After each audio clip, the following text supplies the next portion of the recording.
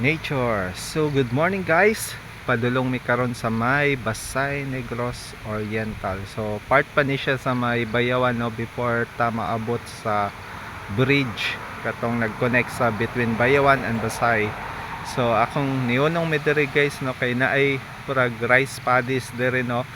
Among gikwaan kay sa tapad ini kilid na aman siya streams no tsada kay diri guys lantawa nature no makita nimo ba na ing anak kamayo ang Ginoo yang binuhat no nice kaayo lang tawon ang kining kinaiyahan no along ni siya sa National Highway.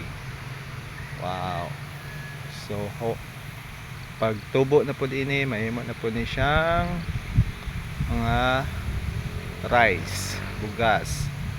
So, maura to guys. Hopefully nag-enjoy mo sa akong video. God bless.